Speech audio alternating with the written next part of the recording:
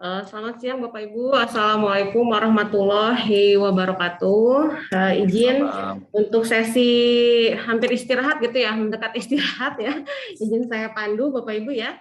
Jadi untuk sesi ini nanti akan disampaikan oleh Pak Arif Rahman, beliau selaku Widya Iswara Madya, kemudian sebagai koordinator pengembangan program dan pemantauan evaluasi yang akan menyampaikan tentang khususnya mungkin Bapak Ibu ya, sosialisasi program pelatihan PBJ terbaru. Pak Arif, siap ya Pak ya? Ya. Bapak, disilakan Pak untuk paparan karena waktunya hanya 30 menit ya Pak Arif. Paparannya hanya 20 menit, kemudian nanti kita lanjutkan dengan pertanyaan atau diskusi. Kita dahulukan di Slido ya Pak selama 10 menit. Ya, disilakan Pak Arif. Ya, makasih Bu Esri. Saya persilakan. Assalamualaikum warahmatullahi wabarakatuh. Selamat Bapak Ibu ya, pimpinan LKPP, pejabat fungsional, Bapak Ibu fasilitator yang kami hormati ya di Indonesia ya, dari Sabang sampai Merauke, dan juga Bapak Ibu pimpinan LPP atau yang mewakili. Jadi di sini program pelatihan barang jasa khususnya yang terbaru yang ingin saya sampaikan. Jadi ada 3 ya, bukan saja yang terbaru, ada yang existing dan ada yang on progress ya. Mungkin yang nomor 1 sama nomor 3 itu sekilas ya. Jadi yang existing ini kurang lebihnya seperti ini. Ada terbagi dalam 2 kelompok, yaitu fungsional dan teknis ya, yang baru juga sama ya, dan yang seterusnya, di mana fungsional dan ada Jafung gitu ya. Teknis ini adalah kompetensi dan tematik ya. Jadi tematik ini yang khusus ya, seperti untuk tingkat dasar dan sebagainya ya. Yang kompetensi ini yang SKKNI yang lama ya. Nah, kurang lebih seperti ini yang existing. Ada pembentukan nih. Ini yang mungkin Bapak Ibu belum mungkin dengar gitu ya. Ini 30 JP tatap mukanya 2 hari gitu ya kira-kira. Jadi waktunya juga cukup singkat. Karena ini berfungsi supaya mereka bagaimana berkarir PPJ sebagai Jafung PPJ sukses ya. Kemudian ada pelatihan Jafung pengelola pertama ya, PPJ pertama. Ini kira yang kurang lebih waktunya 6 hari tatap muka di sini ya. Ada OJT-nya 400 JP gitu ya. Kemudian ada yang muda kurang lebih 7 hari tatap muka, dan yang Madya ini kurang lebih berapa hari ini? 8 hari ya tatap muka. Madya OJT-nya lebih banyak ya, karena proyek-proyeknya lebih khusus begitu. Nah, kemudian yang kompetensi yang existing ini ada untuk PA atau KPA ya, klasikal ya, ada PPK. Selama ini dilayani masih pakai SKKNI, tapi ke depan akan kemudian yang Koja juga demikian, dan pejabat tolong yang lainnya bisa di mute dulu ya. Kemudian di Pokja itu ada tatap mukanya 6 hari ya, dan pejabat pengadaan itu 5 hari ya, beda sedikit. Yang PPK lumayan banyak, ini ada 8 hari kurang lebihnya ya tatap mukanya. Nah, kemudian ini yang kompetensi ada yang existing ya, tetap ya, merencanakan PBJ ya, klaster merencanakan, memilih, mengelola, logistik ya, berdasarkan SKKNI ada ya, masih ada. Nah, kenapa semuanya dibuat blended learning ya? Karena kan ini lebih ke efektivitas ya. Wow, Pak, saya nggak mau misalkan blended learning, tatap mukanya yang diperbanyak, nggak apa-apa. tatap mukanya silakan ditambah, JP-nya tapi tetap melalui blended begitu. Ya, kalau ingin menambah tatap mukanya nggak ada masalah juga ya kan. Kemudian di sini inilah berdasarkan SKK ini ya, saya kira Bapak Ibu sudah tahu ya. Saya tidak terlalu menjelaskan ke sini. Kalau ini programnya per ketengan istilahnya ya, per satuan ya. Ini ada 29 unit kompetensi ini yang lama ya. Nah, kemudian yang tematik ya, yang sudah dulu itu tingkat dasar ya.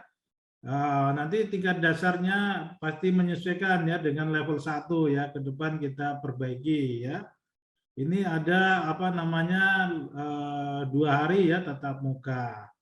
Yang PPJP tingkat dasar, maaf PPJ tingkat dasar ganti level 1 ya. Yang ini. Maksud saya yang calon fasilitator PPJ tingkat dasar yang dulu berdasarkan materinya apa namanya tingkat dasar itu nanti diganti dengan yang level 1 ya, yang ke depan nanti. Ya. Nah, kemudian ada yang tingkat lanjut ya. Ini Bapak Ibu yang ingin cara mengajar ya, lebih kepada cara mengajar ini tatap mukanya 9 JP ya, 1 hari ya. Lebih ya, 2 hari ya, kurang lebihnya 2 hari ya. Ini untuk tingkat lanjut ya, kalau ingin belajar cara mengajarnya ya, begitu. Nah, kemudian yang terbaru. Nah, yang terbaru ini ada 8 ya. 8 ya. Pertama itu Madya ya, Madya yang dulu ada tapi apa namanya materinya waktu itu masih belum lengkap, sudah dilengkapi, sudah dilakukan kegiatan untuk yang Madya sudah. Kemudian yang fasilitator level 2 dan level 3. Nah, ini yang tadi sudah tingkat pertama ya, yang tadi ya. Yang PPJ tingkat fasilitator PPJ tingkat lanjut ya, Bapak Ibu udah mendapat brevet ini bisa ikut brevetnya di sini. Mau yang level 2 dan level 3 ya.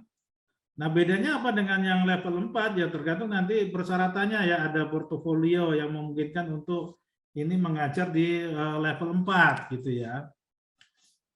Kemudian melakukan perencanaan PPJ level 4 ya, kalau memang ingin terkait dengan klaster perencanaan level 4, sebenarnya ini dulu sebelum ke Madya ya pada saat itu.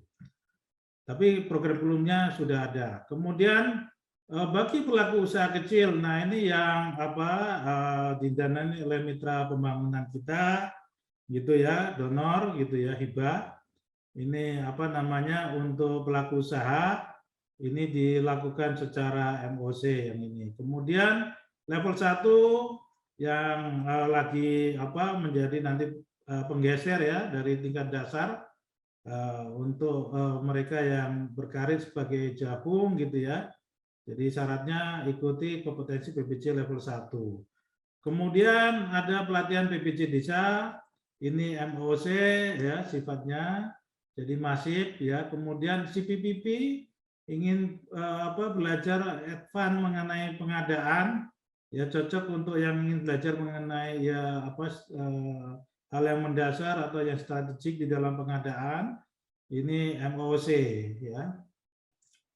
Nah, ini kira-kira bentuk kurikulumnya ya, durasi pelatihannya. Ya, di sini ada 71 JP tatap muka, itu artinya 8 hari ya, kurang lebih 8 hari. Yang pelatihan ibu-ibu, ibu-bapak yang belum dapat cara mengajarnya sudah ya, misalkan ingin substansinya, pengen tahu substansinya level 2, level 3, menyamakan persepsi. Di sini ada 5 hari ya. Kemudian kalau ingin menyamakan persepsi di level 4 itu ada sekitar 7 hari ya.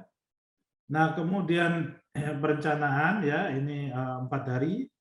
Kemudian yang pelaku usaha kecil MOC ini waktunya 1 harinya sekitar 3 atau 4 JP ya. Ini 19,5 JP. Terus ini yang kompetensi PPJP level 1 itu 62 JP. Di sini waktunya tatap muka 4 hari ya, sekitar itu. Pelatihan PPC di desa ini 12 JP. Nah, ini satu contoh di Madya gitu ya.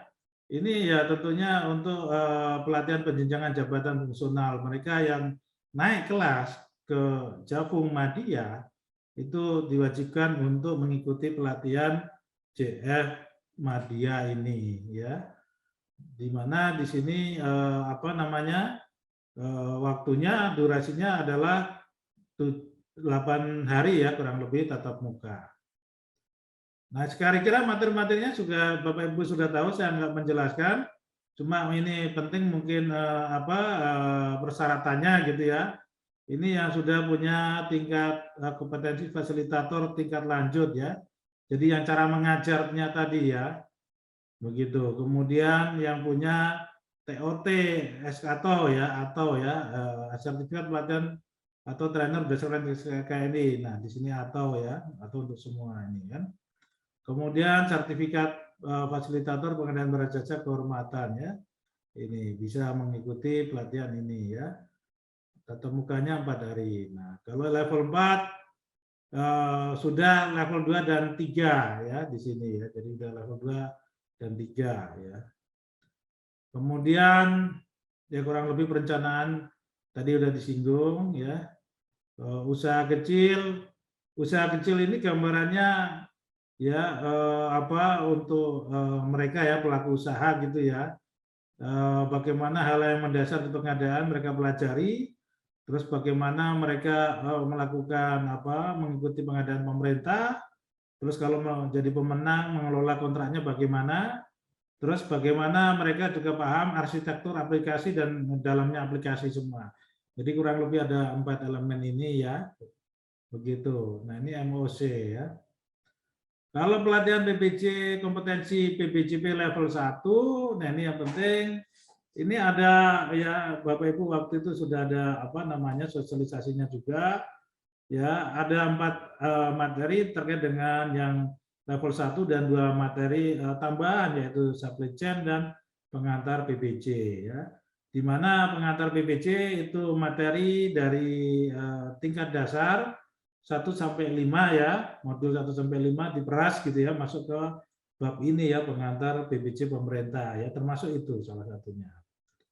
Nah, kemudian ini peserta telah persyaratan sebenarnya diatur berdasarkan pedoman ya. Jadi ini bagi calon CPNS ya, ini bisa mengikuti pelatihan ini ya. Waktunya adalah 3 atau 4 hari di sini ya, 4 hari tatap mukanya.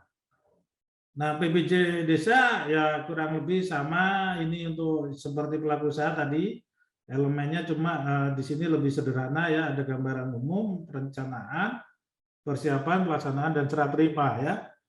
Ini hampir mirip seperti swakelola ya, begitu, hampir mirip swakelola. Ini MOC. Nah, CPPP ini adalah hal yang pertama yaitu kita belajar mengenai pengadaan publik ya. Jadi hal yang mendasari ya, gambaran mengenai pengadaan publik, terus operasionalnya pengadaan publik itu ini berbagai jenis model ya yang cukup bagus memanai seperti misalkan total owner cost itu seperti apa, gambaran-gambaran yang mudah dipahami ya. Kemudian mengenai tata kelola yang baik, pencegahan korupsi di sini ada. Ya, ini cocok kalau misalkan mau minat di bidang manajemen di pengadaan, termasuk juga inovasi yang mengembangkan inovasi dalam proses bisnisnya pengadaan. Ya, ini ada durasinya sekitar 8 hari ya, karena ini 1 harinya 3 JP ya karena MOC. Nah, yang on progress ya, yang on progress ini diperbaiki ya. Pertama mudah ya, sesuai dengan peraturan terbaru ya, itu. Nah, itu on progress ya. Akhir tahun mudah-mudahan selesai gitu. Yang pertama mudah ya. Nah, medianya tahun depan ya. Kemudian yang pelaku usaha ya, ini yang non kecil ya, mudah-mudahan akhir tahun ini juga selesai. ya bentuk ininya apa materinya ya. Nanti baru videonya ya. Kemudian KPBU ya, KPBU. Sorry, kalau non kecil ini bisa blended ya di sini karena ada hal yang sulit seperti kewajaran harga. Memahami kewajaran harga itu kalau dikonstruksi kan sulit juga ya. Mungkin kita nggak tahu ini bisa jadi blended ya di sini nanti programnya. Terus kemudian mengenai KPBU ya, KPBU ini pengenalan ya, ini terkait pengadaannya ya, ini pengetahuan ya. Terus mengenai pelatihan P3DN ya, produk dalam negeri, dan PPK berdasarkan basisnya SKJ di sini, tipe A, tipe B, dan tipe C ya. Jadi mudah-mudahan kalau ini kan materinya tidak baru ya, kurikulumnya ya yang ditetapkan. Mudah-mudahan kurikulumnya sudah jadi akhir tahun ini. Kira-kira itu saya serahkan ke Bu Esri. Terima kasih.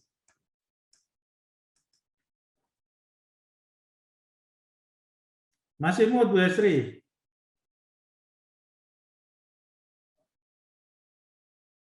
Mas Maxi atau host, tolong.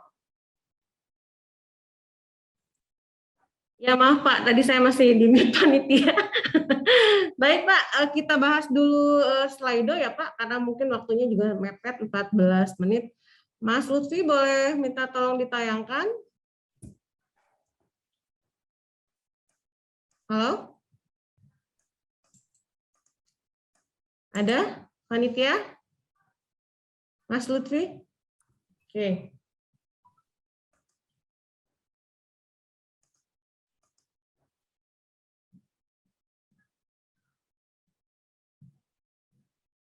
Atau dibacakan nggak apa-apa. Ya boleh ya Pak, sambil dibacakan. Coba diperbesar sedikit ya. Nah yang pertama Pak, yang pertama ini dari Pak Hans, di teratas dulu mungkin.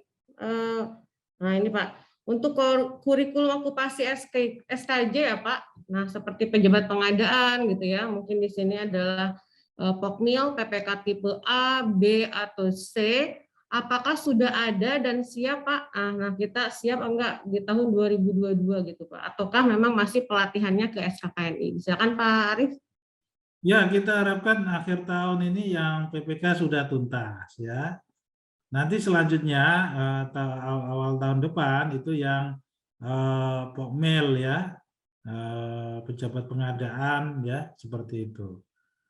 Itu ya Bu ya. Ya, kita lagi nyusun ya Pak, mudah-mudahan di tahun depan atau pertengahan tahun lah ya Pak ya, kita nanti udah bisa pilot project sedang disusun juga.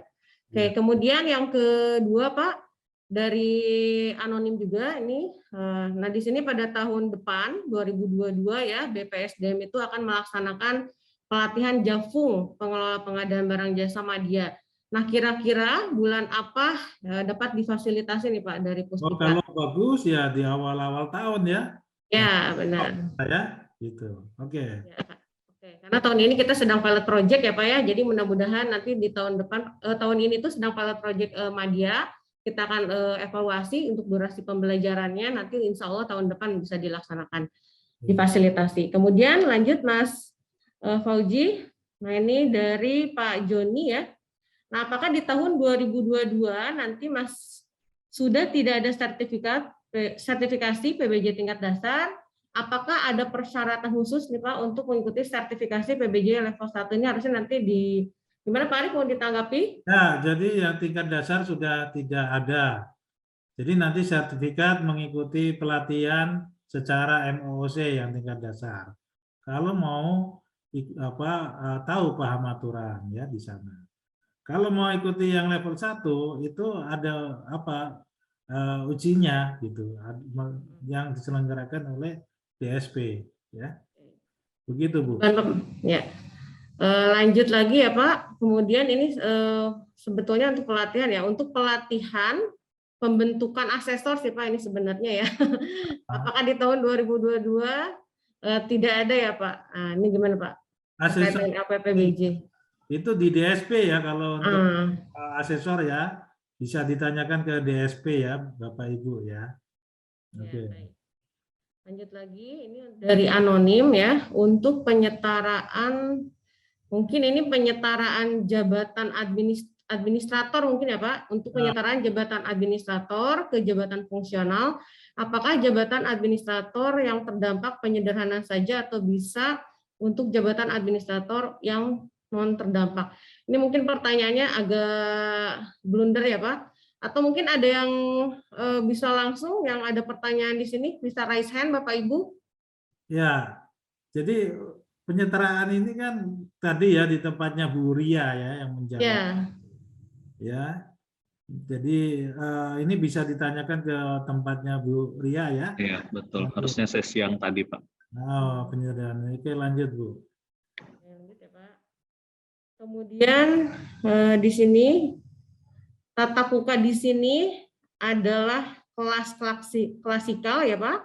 Tatap muka langsung pengajar dan peserta, atau boleh nih pembelajaran jarak jauh melalui media digital atau Zoom Pak. Kan tadi mungkin ada e-learning, kemudian ada tatap mukanya gitu ya Pak ya. Maksudnya bisa online, bisa klasikal ya, ketemu langsung gitu ya. Yang dimaksud tatap muka tadi ya, begitu. Sudah clear ya? Ya, jadi bisa ya Pak, sesuai dengan situasi kondisi, apakah bisa langsung onsite maupun online gitu ya tatap mukanya ya. Oke, lanjut, itu tadi sudah, lanjut lagi. Nah, kemudian di sini bisakah fasilitator level 1 langsung melanjutkan ke fasilitator level 2 tanpa mengikuti TOT fasilitator lanjutan? Silakan Pak Arif. Nah, ini kan yang level 1 kan baru saja itu ya. Jadi yang kemarin belum dapat level 1, sekarang udah dapat level 1, nanti tetap mengikuti yang lanjutan dulu sebelum ke level 2. Nah, di sana karena cara mengajarnya berbeda. Yang untuk Jafung itu ya, begitu. Ya, mungkin saya tambahkan ya Pak. Jadi untuk ke level 2 itu memang tadi harus ada pedagogiknya dulu ya Pak. Boleh saja tidak ada, asalkan nanti mungkin para widyaswara yang sudah mempunyai atau mempunyai pembuktian sertifikat dari LAN ya Pak ya. Gitu ya. Oke, lanjut lagi. Kapan ada program pelatihan fasilitator level 2 Pak di tahun 2022? Ini harusnya pelaksanaan diklat. Silakan Pak Arif. Diklat ya. Nanti ada lagi apa ya? Ya mudah-mudahan ada ya. Nanti lihat kalender diklatnya ya awal tahun. Ya, silakan ya Bapak Ibu ya, untuk kalender diklat nanti mungkin berita-berita terupdate itu ada di portal PPSDM, kita selalu update ya, ada pelatihan-pelatihan apa saja, kemudian kuota pesertanya berapa. Nah, ini mungkin harus selalu dipantau saja. Nah, ada lagi Mas Fauji? Lanjut. Nggak ada, Mbak. Nggak ada ya, baik. Kalau sudah tidak ada, di sini sudah ada yang raise hand ya, jadi kita masih ada waktu Pak. Waktu masih ada 7 menit. Disilakan kepada Ibu Leni ya, Bu Leni dari PUPR, disilakan Bu. Baik, terima kasih Bu Hestri. Assalamualaikum warahmatullahi wabarakatuh. Waalaikumsalam warahmatullahi wabarakatuh. Siang Bapak Ibu, ini sesi istirahat ya Bu Hestri ya? Iya benar. Mohon maaf. Salam kenal Pak Arif Rahman, saya Leni dari PUPR. Yang ingin saya tanyakan begini, tadi Bapak menjelaskan terkait dengan pelatihan-pelatihan ya untuk jabatan fungsional. Kalau melihat dari PP nomor 17 tahun 2020 itu ada salah satu tugas dari instansi pembina JF yang kalau dalam hal ini LKPP adalah pembina JF PBJ ya Pak ya. Itu salah satunya adalah menyelenggarakan pelatihan fungsional. Kemudian kalau sesuai dengan amanah Permenpan nomor 13 tahun 2019 itu diamanahkan bahwa untuk JF pertama atau yang melalui mekanisme pengangkatan pertama itu paling lama 3 tahun itu wajib dan lulus mengikuti pelatihan fungsional. Nah ini kebetulan kalau di kami ini Jafung PBJ ini, pengelola PBJ ini cukup banyak jumlahnya Pak Arif. Nah ini kira-kira seperti apa LKPP menanggapi terkait dengan tadi dua aturan tadi ya dari PP nomor 17 dan juga Permenpan RB nomor 13 yang mana instansi pembina jabatan fungsional itu salah satunya punya tugas menyelenggarakan pelatihan fungsional. Ini apakah kuota untuk pelatihan jabatan fungsional khususnya untuk para JF yang melalui pengangkatan pertama ini ada kuota yang cukup banyak Pak, sehingga tadi jangan sampai nanti setelah 3 tahun itu khususnya teman-teman JF PBJ yang melalui pengangkatan pertama ini belum mendapat kesempatan untuk mengikuti pelatihan tersebut. Mohon tanggapannya. Terima kasih Pak Arief dan Bu Hesti. Ya, terima kasih Bu Leni. Disilakan Pak Arief.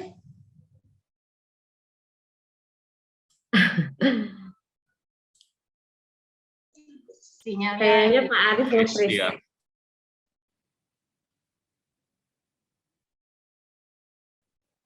Bisa dihubungi panitia. Mungkin saya sebentar ya Bu ya, kita tunggu dulu ya Bu. Kalau tidak ada mungkin saya tanggapi sedikit.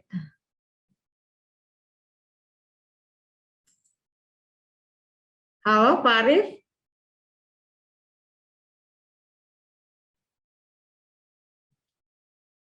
Oke. Keluar ya Pak Arief ya? Terlempar sepertinya, Mbak. Iya, terlempar. Tapi mungkin gini Bu Leni ya, saya tanggapi sedikit ya. Tadi untuk pelaksanaan pelatihan, kuota dan sebagainya ya, itu kan juga merupakan salah satu target ya di kami ya Bu ya. Ada di Renstra, terutama di Renstra untuk di Pusdiklat juga sama gitu ya terkait. Nah ini sih kalau dari kita semaksimal mungkin ya Bu ya, mudah-mudahan di tahun depan gitu ya akan selalu ada pelatihan untuk Jafung terutama gitu ya. Kemudian kami juga mungkin meminta kerjasamanya dari Bapak Ibu gitu ya. Kalau misalkan kalau dalam hal Pusdiklat memfasilitasi bahan pembelajarannya, mungkin dari Bapak Ibu juga berpartisipasi aktif ya untuk mengajukan pelatihan dan sebagainya. Mungkin gitu ya Bu ya. Jadi dari kedua belah pihak gitu ya. Jadi tidak hanya di sini adalah pembinanya adalah LKPP, jadi harus terus-terusan di LKPP, tapi kita juga meminta kerjasama dari seluruh instansi. Mungkin seperti itu Bu Leni ya. Kalau dari kami, oh ya udah ada lagi. Silakan Pak Arief, maaf, maaf tadi. Saya pahami itu keluar. Ya. Jadi Silakan, kebutuhan akan diklat CFT ini kan karena kondisi sekarang itu kan semarak jadinya ya. Karena sudah dicabungkan semua juga ya termasuk itu. Nah, baiknya ya tolong diusulkan ya, baiknya diusulkan. Nanti kan pasti itu menjadi apa? Apakah bisa diakomodir atau tidak? Ya kan terkait pendanaannya juga ya, Bapak Ibu. Ya.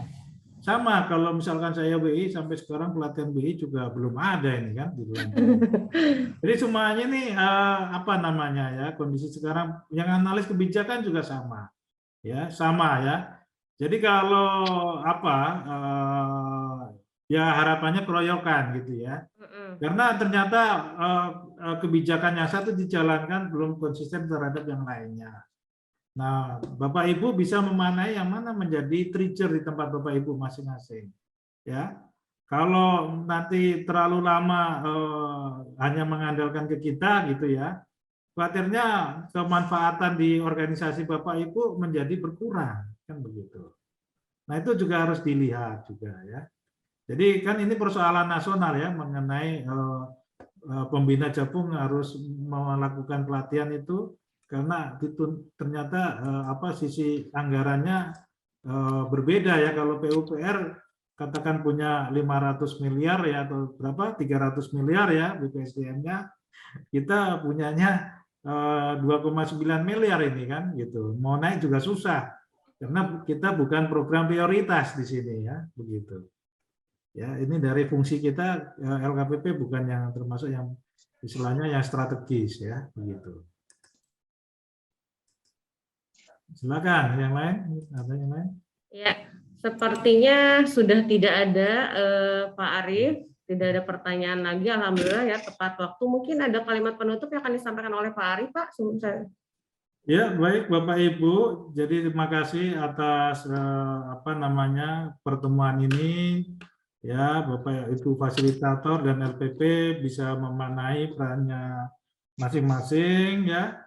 Jadi kita dalam konteks kolaborasi ya, kerjasama itu dibutuhkan, ya, keroyokan gitu ya. Jadi bisa mengambil perannya masing-masing. Kalau fasilitator, kalau nggak ngajar bisa juga misalkan memberi masukan terkait dengan materi, memperbaiki materi, disampaikan kepada kami, mana yang tidak cocok dan sebagainya. Kami welcome juga ya. Masukan-masukan seperti itu juga welcome ya. Jadi perannya itu banyak ya. Seperti yang disampaikan oleh Pak Sestama ya pada saat pagi hari tadi ya. LPP juga bisa mengembangkan inovasi pelatihannya tadi, misalkan Pak Yus menyampaikan keluhan gitu ya. Ya kita maknai ya, maksudnya di sini adalah minimalnya jangan dilanggar, kira-kira lebih begitu ya. Yang menambahi silakan ya kan, berinovasi ya, malah kita dukung ya. Kalau yang mendasar jangan juga dikurangi, tetapi yang menambahi boleh ya, menambahi boleh begitu ya. Jadi kita akan konsisten ya, baik terhadap nanti cara akreditasinya, juga terhadap program pelatihannya. Bahkan kita akan terus ya memperbaiki ya, termasuk yang pelatihan materi-materi program pelatihan yang ada pun, kalau ada aturan yang baru kita sesuaikan lagi ya. Jadi itu hal ya. Jangan lupa tadi ada juga peningkatan kapasitas, kapabilitas yang relevansinya terkait pengadaan, silakan dilanjutkan terus ya. Program pelatihan yang kira-kira relevan ya. Misalkan untuk ada aturan terbaru mengenai kewajaran harga, terus melakukan pembinaan, pembimbingan dan sebagainya. Nah, itu bagus juga, silakan ya. Jadi banyak peran yang bisa diperankan ya untuk menyebarluaskan ilmu pengadaan pemerintah ini di segala lini ya. Kita harapkan seperti itu. Bahkan ya program pelatihan kita sudah diminta LAN, ini sebagai informasi ya, belum ada di sini. Saya lupa ya, ada beberapa program untuk mengisi di diklat PKN ya, diklat pengawas ya, dan diklat pemeriksa ya, pengawas ya, administrasi ya, termasuk yang latsar CPNS ya, untuk mengisi ya konten pembelajaran secara mandiri ya. Jadi program yang dijalankan sudah mengarah kepada learning development ya di sana ya. Jadi itu sebagai program pilihan ya bagi para peserta ya untuk belajar gitu ya, diantaranya seperti itu. Ya kita siapkan ya ke sana ya. Jadi ya keroyokan lah semua itu ya. Terima kasih. Ya mohon maaf kalau ada kekurangannya selama ini. Wassalamualaikum warahmatullahi wabarakatuh.